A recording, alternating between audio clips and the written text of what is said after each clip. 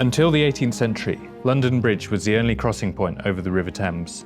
But in the following 100 years or so, a number of new bridges would be built connecting the north side of London to the south. The only problem was, none were built east of London Bridge. This meant the growing population in the east end of London was increasingly disconnected from the south. This put great strain on London Bridge itself. It was very, very busy. A report from the late 19th century found that over 22,000 vehicles and 110,000 pedestrians crossed the bridge in just 24 hours. Crossings could take up to 2 hours due to all the commuters, farmers and vehicles on the bridge. So in 1876, the Special Bridge or Subway Committee was formed to find a new design for a new bridge. The Tower Bridge we see today proved the eventual winner.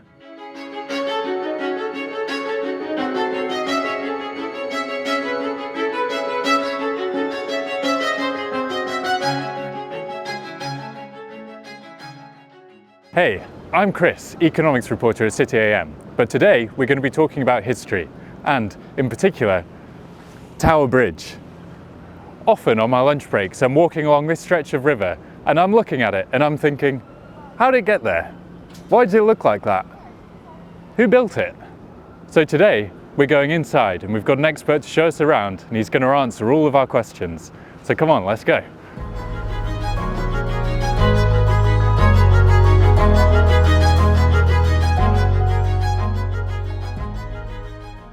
So we're inside Tower Bridge and Joe has very kindly agreed to show us around. And so where are we now? So just to orientate you, you're now in the South Tower, up at the top at the level of the high-level walkways.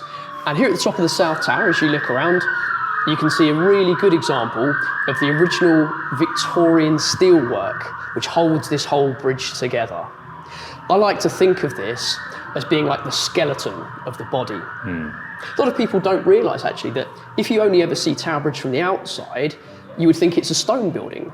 But as you look around you, you can see this beautiful 11,000 tonnes of Victorian steel. 11,000 tonnes. Exactly, yeah, massive structure. And it's just got the stone and the brick around it to give it a beautiful outer coating. Quite a nice architectural feature. Just reach your arm in here.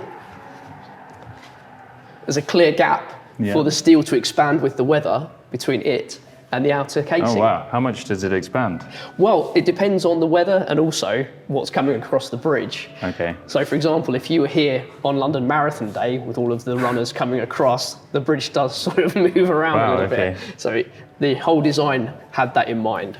Interesting. From here, you can see the steel work and also these grey coloured models. Yeah. Now this is helping you to understand how the health and safety worked in the Victorian times. Some people complain about too much red tape these days. Well, I'm quite glad to know that when I come to work, my employer keeps me safe. In 1894, when they were finishing building this, as you can see, there were no safety harnesses, no ropes, no hard hats, not even a high visibility jacket in sight. Yeah. So they were working over 60 metres up in the air above the water with nothing underneath to catch them if they fell. Yeah, I was going to say, it doesn't look like they're taking health and safety very seriously. Not really, no. It's, in my opinion, health and safety gone mad. Yeah. In that it doesn't exist. Now, I'm going to take you through to the East Walkway first. It's a lovely view towards Canary Wharf on that side. Lovely.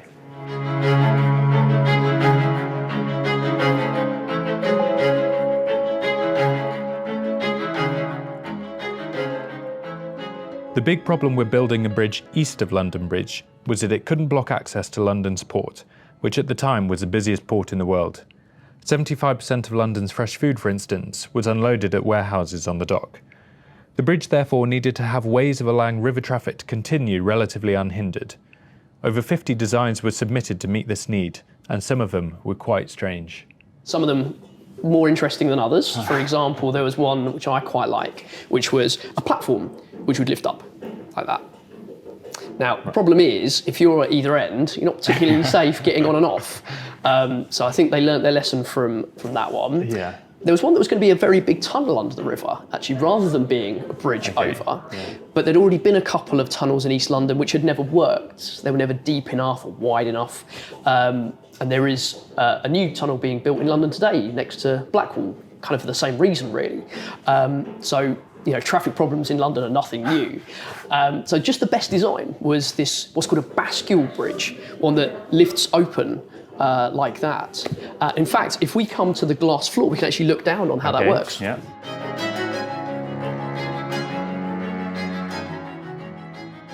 So I'm going to stand on the glass. You are perfectly safe if you do so. Okay. If you prefer, you can of course stay on the wood. It's entirely up to you. I'll try it. To make you feel better, if an African elephant somehow managed to get its way up the lift and walked across this, it would be perfectly safe. Have you tried it? They're not too easy to corral, unfortunately, but it has been tested for strength. 5 tons it can take. Nice. So as you look straight down, you can see the two sides of road that open. They're called the bascules. It's a French word which means seesaw, because as the road lifts open, there's a counterweight on the back of it which actually slides downwards inside an empty chamber inside the bottom of the tower. So it's balanced really beautifully. Okay. So when shipping comes along, we can lift upwards in as little as a minute. Wow. Yeah, it's really quick. It's about a second per degree it goes up. Was that, how quick did it open when it was first built? It's exactly the same now as it always was. Wow. Yeah. The only real difference now from how it used to be is how it's powered. So it used to be powered with steam engines. These days it's powered by electricity. But other than that, it's still pretty much the same. We've got the same moving parts still in use, the same road, same counterweight, everything. It wasn't until 1884, 8 years after the committee was first formed, that Sir Horace Jones's model was chosen. Jones was the chief city architect who had been responsible for the construction of Smithfield, Leadenhall and Billingsgate. He was also one of the judges on the panel selecting the design, so it perhaps isn't a complete surprise that his design was the one that ended up being chosen. The bridge took 8 years to build, but Jones died after just 1 year, leaving it to be completed by Sir John Wolfe Barry. Barry made some adjustments to Jones's design, including turning what was meant to be an arched walkway into a straight line. So this is a quote from a newspaper, but to be honest, I think there were quite a lot of jealous artists who might have felt the same. Yeah. So this was the arch I was talking about, which was rejected. But they said, go back to the drawing board, have a think about it, and with John Wolfe Barry's help, this is what they came up with, the building that we know and love today. This is quite nice because this shows you the workings inside in a cross section. So as the ship's coming through, just keep an eye on the inside of the tower base here. You'll see the road go up, that's the counterweight sliding down. Yeah. So it's all about balance and precision. It's just like two children on a seesaw in the playground going up and down. Yeah.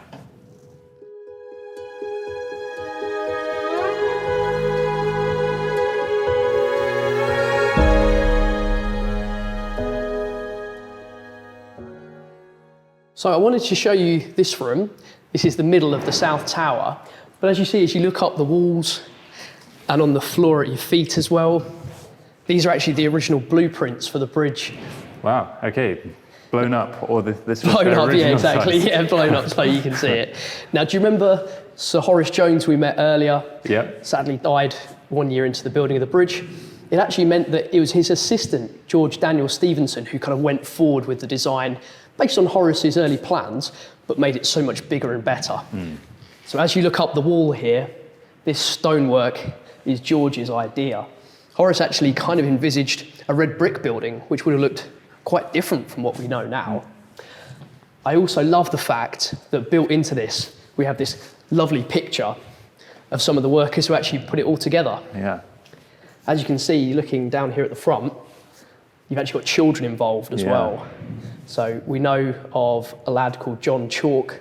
I think he was about 14 years of age, who was a rivet boy. So someone who was working in the riveting of the building, bearing in mind there were white hot rivets that were literally heated up and then hurled to each other to catch and then hammer in. Someone as young as this was involved in that. So yeah, it's quite an interesting comparison maybe with working practices today. Now this is a replica of a diving helmet. Why do we have a diving helmet in a bridge? Well, to do the foundations of the bridge took 4 years, and it was actually undertaken partly by divers working in old suits like this for up to about 9 hours per day, but not the whole time under the water. They'd freeze, you know, but a 9-hour shift swapping over between 6 men. But just think about the size of the porthole that you're looking through here. Yeah. Very small, not much visibility. Yeah, it must have been dark as well. Really dark. So the river is clay bottomed. So every time a boat comes past and churns that up, the sediment is in the water. They couldn't see their hands in front of their faces as they worked. So it's all done by touch alone. Wow. That must have taken a long time. I can see why they had 9-hour days. Absolutely. Well, as I say, it was 4 years it took them. What they were doing, well, they were working inside big steel cages known as caissons. They would sink those into the water and then dive inside them, digging out as they went, pumping the water and the mud out, putting concrete in its place to form the foundations. So today we would do something not too dissimilar, but of course with machinery. Yeah. This bridge was entirely done by hand. The only machinery involved anywhere was steam-powered cranes for lifting some of the steelwork higher to rivet in place. So this is kind of the end of the age of manpower being replaced by mechanism. It's quite incredible that it's still here 130 years later looking as incredible as it does.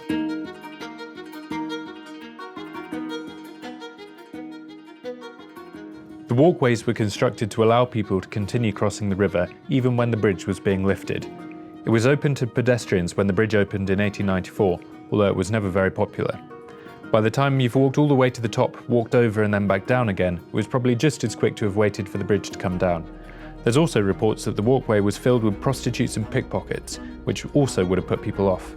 The walkways were closed in 1910 due to a lack of use and were only reopened in 1982 as part of the new visitor attraction. The pickpocket thing, it's a lovely story, but we know from documents that there were 8 different police officers stationed here. Unless they were the worst police in the world, it's probably unlikely there was much crime going on. Okay, that makes sense.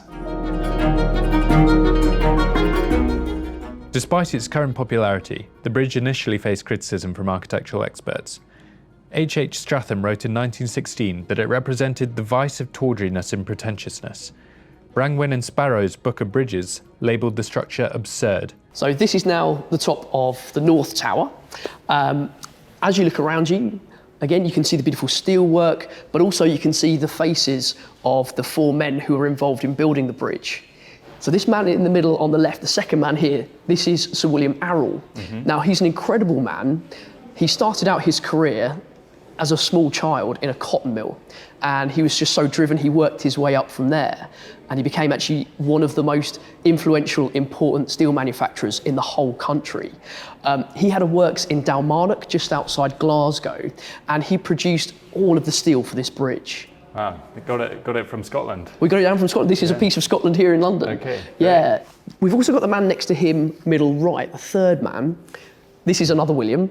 This is Sir William Armstrong. Now, he's our hydraulic engineer. So it's down to him that everything moves and works. All the clever bits. All the clever bits, exactly, yeah. So his steel works linked with these hydraulic parts what make the bridge so famous around the world. And this is quite nice. So coming up now, this is actually the first time they ever filmed Tower Bridge raising its road for a ship. So this is from the year 1903. As you can see there, it says the Bascules from the south. So we're looking from the south at the road lifting. And you can see those ropes that are across the street, stopping pedestrians come across. But the guy that just walked through. Like the guy who just walked through, who worked for the bridge, yeah, absolutely. I think he knew where to stand safely, luckily. Now, the safety they used to have was just putting a rope out. In 1894, the traffic coming along is horse and carriage, they can stop at a rope, no real problem. But if you fast forward in time to the 1950s, by this point we have cars and buses in London. Well, on the 30th of December 1952, a bus was coming along and the men there who were supposed to put the rope out to stop the traffic were too slow in doing it. Oops. Indeed, yeah. So the bus actually got onto one of the bascules as it started to lift. Yeah, a little bit dicey. Now, luckily, the driver that day, a man called Albert Gunter, he'd been a tank driver during World War II. So he was kind of used to taking tanks across ditches in occupied France and things like that. So he simply put his foot down and he actually jumped his bus across with himself and 19 passengers, got to the other side safely. There was a broken leg and a broken collarbone, but it could have been so much worse. And for his trouble, for basically saving 20 lives, he was given a £10 reward from the City of London Corporation. You can actually see a nice interview of him accepting it, and he's asked what he's going to spend it on, and he says his wife's going to take £5 of it straight away for being a bit of a silly person in getting onto a bridge as it's lifting. £10. I guess that's worth a lot more today. It's a lot more than it would be yeah. today, for sure. I was going to say. Yeah.